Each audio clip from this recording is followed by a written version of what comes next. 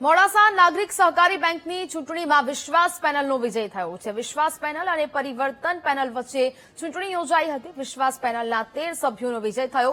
પરિવર્તન પેનલના ખાતામાં માત્ર 2 બેઠકો જ આવી છે। મોડાસા નગરપાલિકાના પૂર્વ ચેરમેન જલપાબેન ભાવસારનો વિજય થયો। નગરપાલિકાના પૂર્વ ઉપપ્રમુખ આરસી મહેતાનો પણ વિજય થયો છે।